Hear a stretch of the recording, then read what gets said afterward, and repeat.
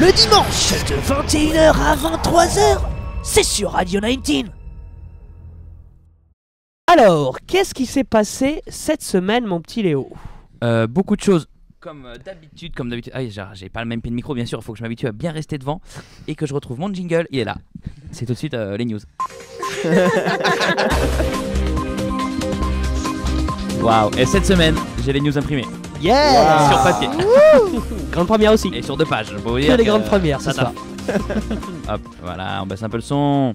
Alors, on commence par un problème technique. D'ailleurs, c'est vrai qu'on a commencé. C'est la soirée. Problème technique. Donc, un autre problème technique qui n'a rien à voir avec la radio, qui aurait pu très mal se finir. C'est pas si mal fini. C'était lors d'un entraînement de l'armée de l'air, avec entraînement à bord de Mirage 2000D.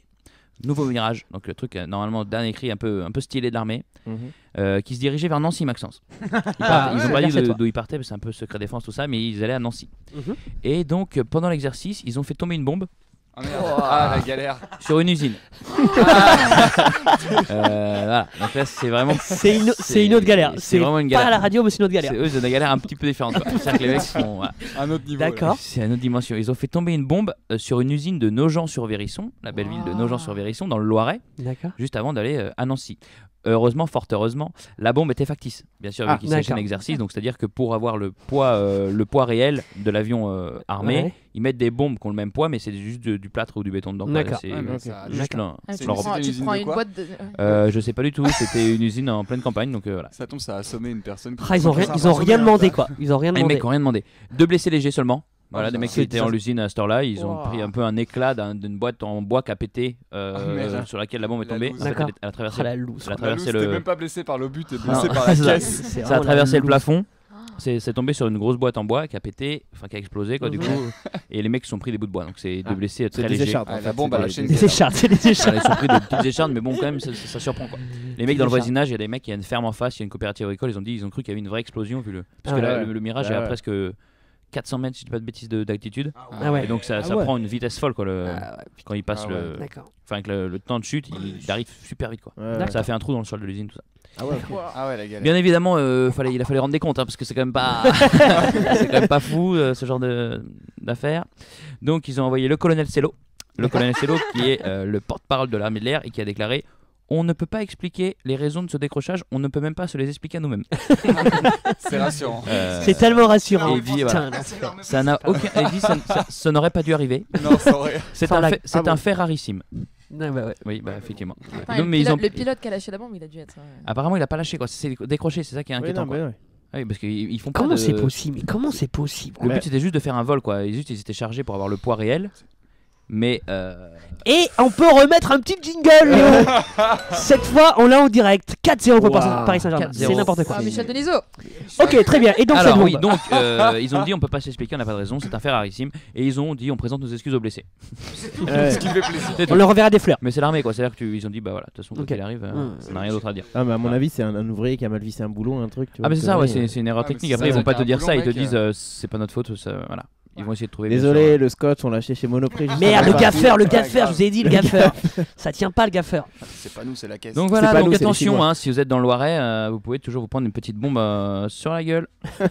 Ça peut arriver. En direction l'Amérique. Beaucoup. Alors là, j'arrête tout de suite de rigoler, c'est beaucoup moins marrant. C'est très sérieux, là on est dans le sérieux, c'est pas anecdotique. Le célèbre avocat David Buckle.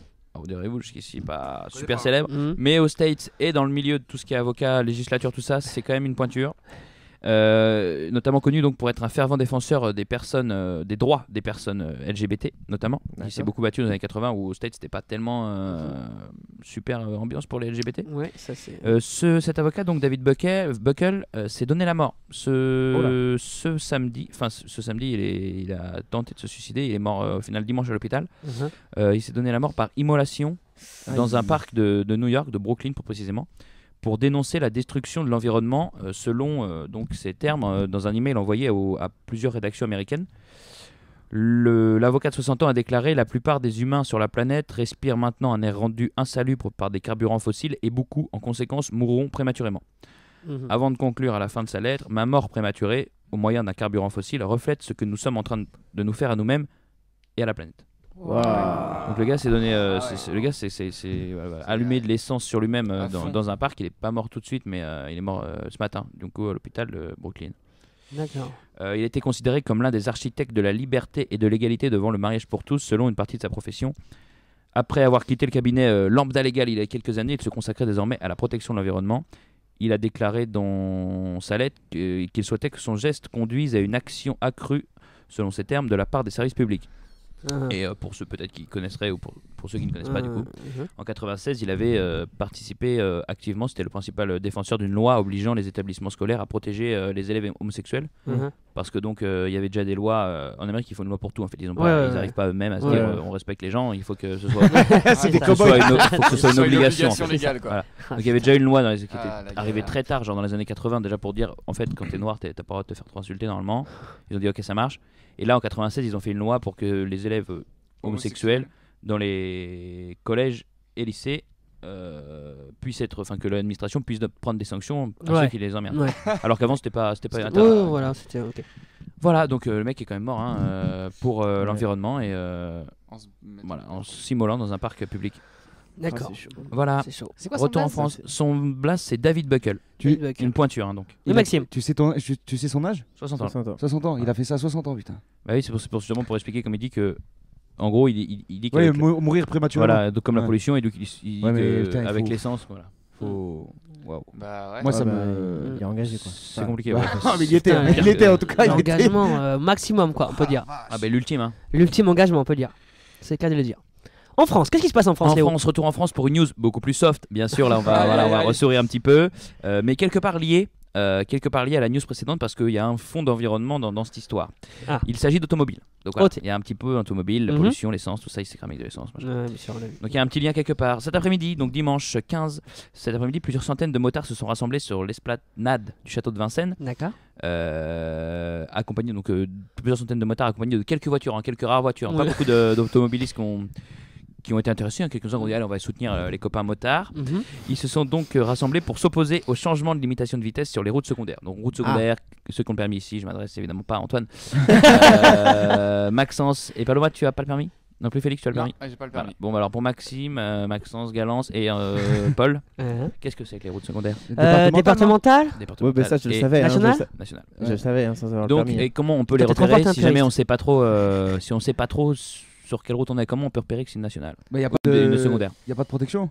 Il n'y a pas de protection sur. Tu veux dire de casque? Non. De genouillère. Non, rien à voir. Sur le. Je veux dire, il n'y a pas de barrière de. Je sais plus comment on appelle ça, rambarde, je sais pas quoi. Les trucs grises là? Ouais, les trucs non, gris sur le côté. C'est pas sur le côté. Enfin, il n'y en a pas non plus, mais c'est pas ça le. De toute façon, il y en a pas. Il y en a partout ça, dans les virages et tout. Non, en fait, le truc, c'est qu'en gros, une route, ce qu'on appelle une route secondaire, c'est une route à chaussée non séparée. D'accord. C'est-à-dire que les deux routes, il y a juste une bande de peinture, mais il n'y a pas de.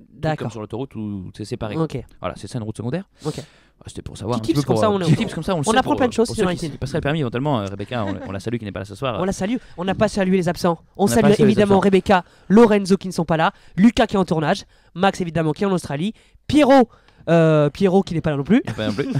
Et Simon qu'on embrasse très fort. Je te laisse la parole. Bien sûr. Et donc ça c'est pour les routes secondaires. Donc qu'est-ce qui se passe? L'État veut abaisser la vitesse à 80 km/h, la vitesse qui est actuellement à 90. Exactement. Et donc eux ils sont pas contents du tout parce que c'est quand même des mecs qui aiment bien rider le motard, on le sait. En général. Ils adorent rider. C'est fait pour ça. Évidemment les taxis également, tous les professionnels de la route se plaignent de cette réduction de vitesse. Ils ont un argument phare qui est assez simple en général, c'est de dire, c'est un pays qui marche toujours pour les arguments, c'est l'Allemagne. Ils disent à chaque fois, quel que soit le sujet, que ce soit politique ou pas, on dit toujours ouais mais l'Allemagne, je sais pas pourquoi, mais l'Allemagne ça inspire beaucoup les mecs qui se plaignent de changements en général, et donc ils disent que l'Allemagne et l'Angleterre, eux, ont respectivement les routes secondaires à 92 km/h pour l'Angleterre, bien sûr après conversion, parce que c'est en miles per hour. Donc ça fait 92 km/h et 100 km/h pour l'Allemagne. Et ils disent et malgré ces vitesses-là, ces pays-là ont jusqu'à 25% de moins d'accidents mortels. Donc eux, c'est leur argument. Donc ça, c'est un argument qui se tient a priori, disant qu'eux roulent plus vite et ils ont moins de morts. L'État, lui, par contre, a un autre argument qui dit qu'en France, 55% des accidents mortels ont lieu sur les routes secondaires. Très peu d'accidents sur l'autoroute, parce qu'en fait, au final, tu as une vitesse. Il n'y a pas un mec qui peut te doubler. Enfin, si, il a une voie, il n'y a pas un mec qui arrive dans l'autre sens. Il n'y a aucun problème. Très peu d'accidents mortels, beaucoup d'accidents, mais très peu d'accidents mortels sur l'autoroute. 55% des mortels sur les routes secondaires. Donc ça, c'est ce qui pousse l'État bien sûr à dire qu'il faut baisser la vitesse, bien évidemment. Après l'argument qui n'est pas cité du radar, a priori, qui bien sûr va être très lucratif si on fait ça, parce que les gens vont pas avoir l'habitude et vont tous se faire flasher. Bien sûr.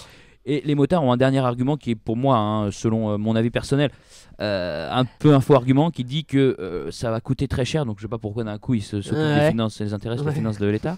Mais apparemment ils disent oui, ça va coûter 3 millions pour changer tous les panneaux, sauf que 3 millions. Les impôts, ils pensent aux impôts peut-être. Oui, ils pensent aux impôts, mais enfin 3 millions. Bah je vois que ça. Je t'avoue, je vois que ça. Non mais ils disent eux sous prétexte oui, ça va coûter de l'argent à l'État. Oui. Pas en nous, c'est un argument pour dire voilà, en plus on essaie d'économiser de l'argent.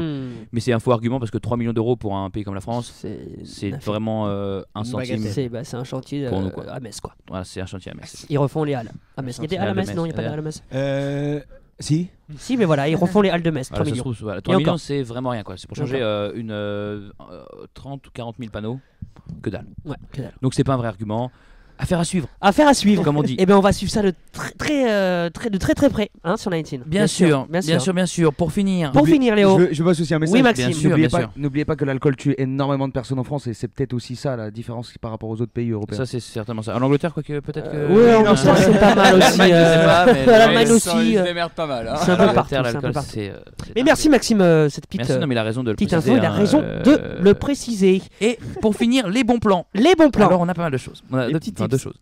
Les petits tips, c'est des bons plans à la sortie. Alors bien sûr, on s'excuse, ça concerne surtout l'Île-de-France et les habitants de l'Île-de-France. Bien sûr, si vous êtes en vacances, vous pouvez venir aussi ou en week-end pour venir. Mais là, ça se passe à Paris. Premier bon plan, soirée électro. Jusque-là, pas de soirée électro. Bon, il y en a plein, ils se passent tous les week-ends. Mais là, c'est un peu spécial. Ça se passe dans le château de Fontainebleau. Mais non. Mais pas dans le parc, dans le château. Dans le château. Dans les salles, le bal. Dans le salle de bal. Un château même millénaire. Je pense pas trop mentionner de millénaire. Non, ça passe. À l'intérieur, il y aura notamment Dubfire. Alors moi, je suis pas trop calé en électro. Dubfire, ça c'est bien sûr. Ça c'est connu, très bien. Donc Dubfire notamment. Et donc c'est Dubfire qui est l'invité principal et qui va inviter. Ils ont été invités par l'organisation à organiser le festival et eux invitent tous leurs potes qui veulent. Donc Dubfire à l'intérieur du château, c'est-à-dire que vous pourrez être dans une galerie avec des lustres super stylés à l'ancienne et des trucs d'électro. Donc ça se passe au château de Fontainebleau lundi 2 avril. Un lundi. Alors ça par contre. Alors 2 avril. Si c'est 2 avril, c'est passé quoi. Lundi 2 avril, pardon, excusez-moi. Je vérifie ma note. C'est bien, ça c'est peut lourd. pas être un lundi effectivement. Ah non, pardon. L'ouverture des réservations commençait le lundi 2 avril. C'est par contre, j'ai bizarrement pas la date. Mais alors ce que je fais, c'est que je vous en parle dans la suite de l'émission. Toujours est-il que vous pouvez vous réserver vos places sur le site du château de Fontainebleau pour 12 €. Ah, c'est directement sur le site. Ah, c'est incroyable. Ah, c'est stylé. Ah, c'est vraiment sur le site du château de Fontainebleau et c'est 12 € la place. Et d'ici la fin de l'émission, je vous donnerai la date exacte. Du coup, les réservations sont ouvertes. Très bien. Deuxième petit bon plan pour un peu les amateurs d'énigmes, de recherche, un petit peu de trucs comme ça, un peu stylé. Vous pouvez, jusqu'au 16 juin, ça a commencé il y a 2 semaines, jusqu'au 16 juin, vous pouvez faire un jeu de piste dans le centre Pompidou. D'accord. Donc voilà, ça va être un truc qui va bien sûr vous faire un jeu de piste entre amis, en famille, entreprise, tout ça, si vous voulez vous divertir. Mais bien sûr en associant à ça la culture. La culture. Donc voilà, il va y avoir des énigmes sur des indices à trouver et également des choses par rapport aux œuvres d'art présentes sur place avec les expositions permanentes et les expositions temporaires. D'accord. C'est jusqu'au 16 juin. Et c'est pas plus cher que le billet d'entrée. C'est-à-dire que si vous payez votre billet d'entrée, vous pouvez participer au jeu de piste. D'accord. Vous avez toutes les informations sur Centre Pompidou.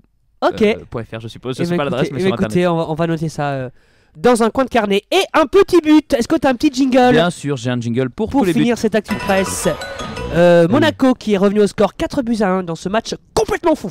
Bien sûr, 5 buts déjà, même pas une demi-heure de jeu je crois. Un peu plus. Okay, merci beaucoup Léo. Mais je vous en prie, ça fait plaisir. Dobar dan svima, Radio 19 svaki ponedeljak od 9 do 11.